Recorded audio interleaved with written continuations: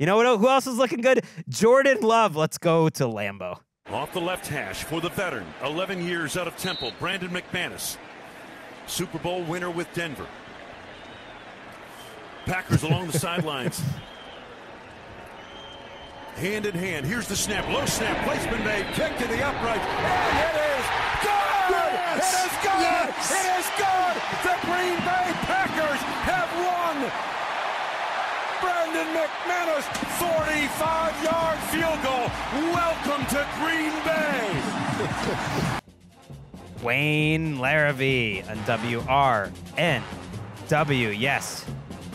Brandon McManus. Speaking of setting up kickers, you know, in a spot that maybe you're having a little too confident in your kicker, the Packers took a lot of time setting that field goal up and were bailed out, frankly, not just by McManus, but by Romeo Doubs, who made a fantastic catch.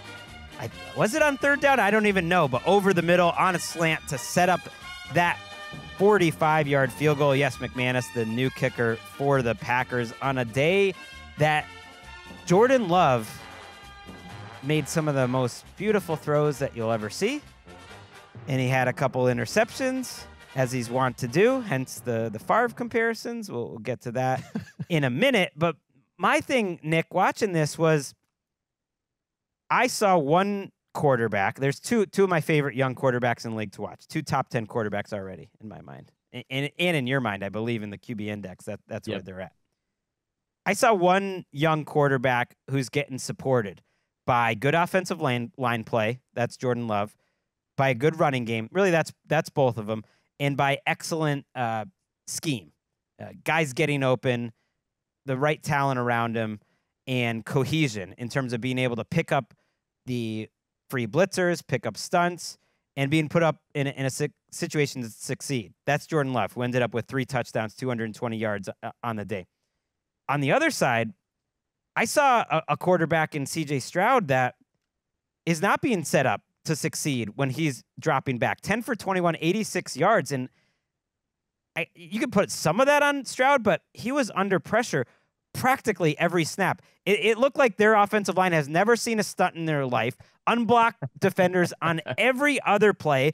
And then running the ball, yeah, you can see that Joe Mixon had a lot of big runs and did have a nice day, but they had a ton of negative runs and a ton of run stuffs. They ran the ball on first down 9 out of 10 times after halftime. So predictable play calling, terrible offensive line play. And to me, that was really the difference, because I think both of these quarterbacks were game. They both had great 2-minute drives at the end of the game to, really set up their teams to win. Stroud had a ridiculously good pass to put them ahead on a field goal that was before that field goal drive, but it was one-sided to me in terms of the schematics, in terms of the offensive coaching. Yeah, and that explains the extreme emphasis on the run, which is that the Texans know their offensive line is not good when it comes to pass protection, and the only way to keep a defense honest is to get the run game going, which is why they're turning to that so often. But the book is out on them. I hate to say it, but the book is out on them. It's been out on them since that Vikings loss. They can't pass protect. CJ has been dealing with chaos all season. He does not look like he's playing with the same comfort, not because of him, but because of the offensive line that he did last year. So everything around him kind of falls apart because they have a lot of weapons around him. They got a lot of talent. Joe Mixon had a nice day, but he's not supported in the same way, like you said. So he's being asked to be a hero because he has no other choice. And that's how you get a stat line in a game like this, against a defense that has recognized that. I go back to the Vikings game because we know Brian Flores loves to blitz.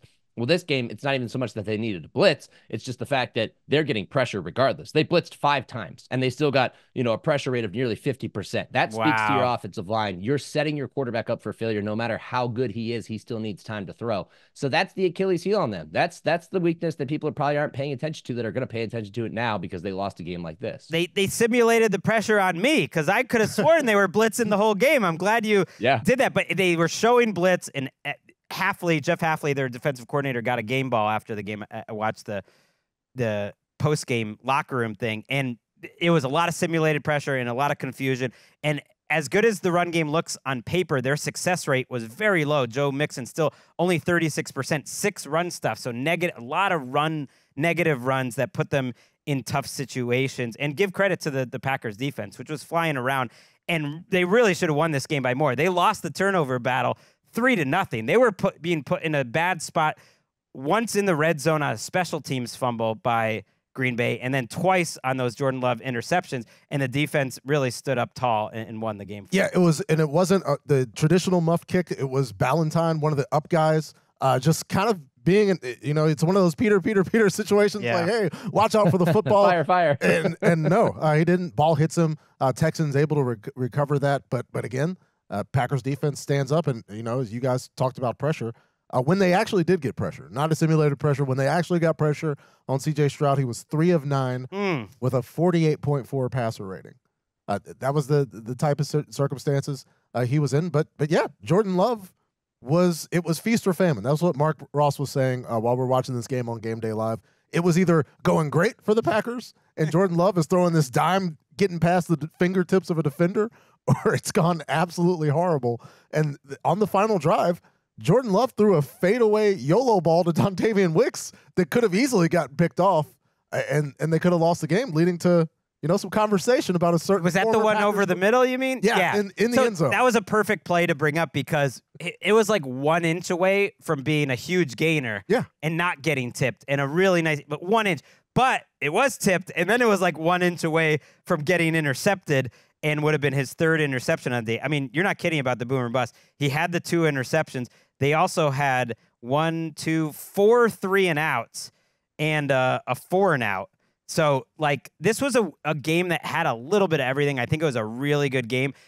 A lot of not a lot of offense total yards-wise. In fact, in the second half, there was a sequence where Texans punted 4 straight times and the Packers punted 3 straight times.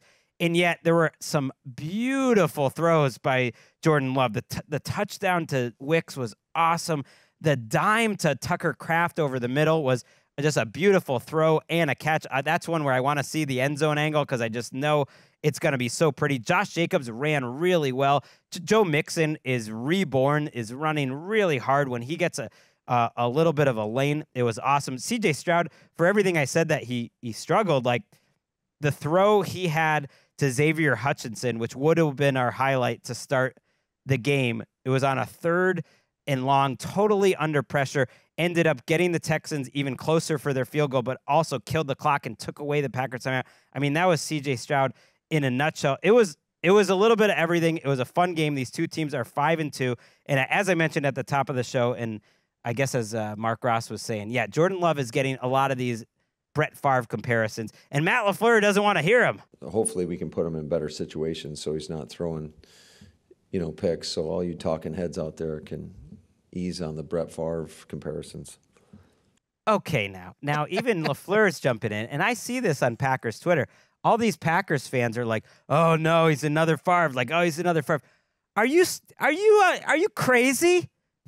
This man won 3 straight MVPs. I'm not talking about Brett Favre, the man. I'm talking about Brett Favre, the player. If you could tell me, or Packers fans, that you're going to get Brett Favre's career right now, he's a first ballot Hall of Famer. Like I said, like one of the best players in the league for most of his career. What are we talking about here? Yeah, you take that. You take that every opportunity. But I don't know if that's the context. They're saying, yeah, he's taking a lot of chances, so he's throwing a lot of picks. Like, yeah, that's okay. Like sometimes picks aren't like the total end of the world. The total package is working, and I'm just saying, like people are using it like a slur when he's an all-time great. Literally 3 straight MVPs. He's the only person to ever do that. Nick Shook.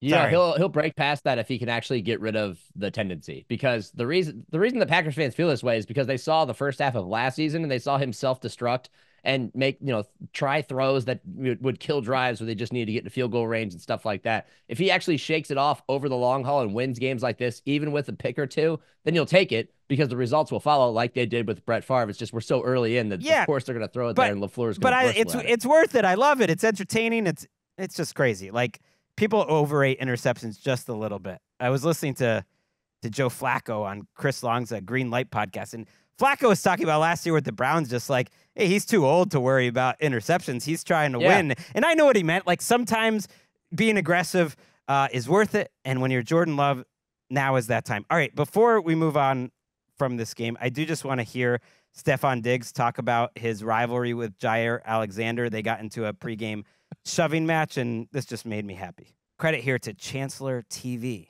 on Twitter. I was walking to the locker room in the beginning of the game, and I heard somebody chirping. And I'm never the bigger person, so that's how I go and get about myself or with a million. So I'm never the bigger person. I ain't let it go. You know, obviously they picked it up or whatever, but I ain't with the football tough guys. It is what it is.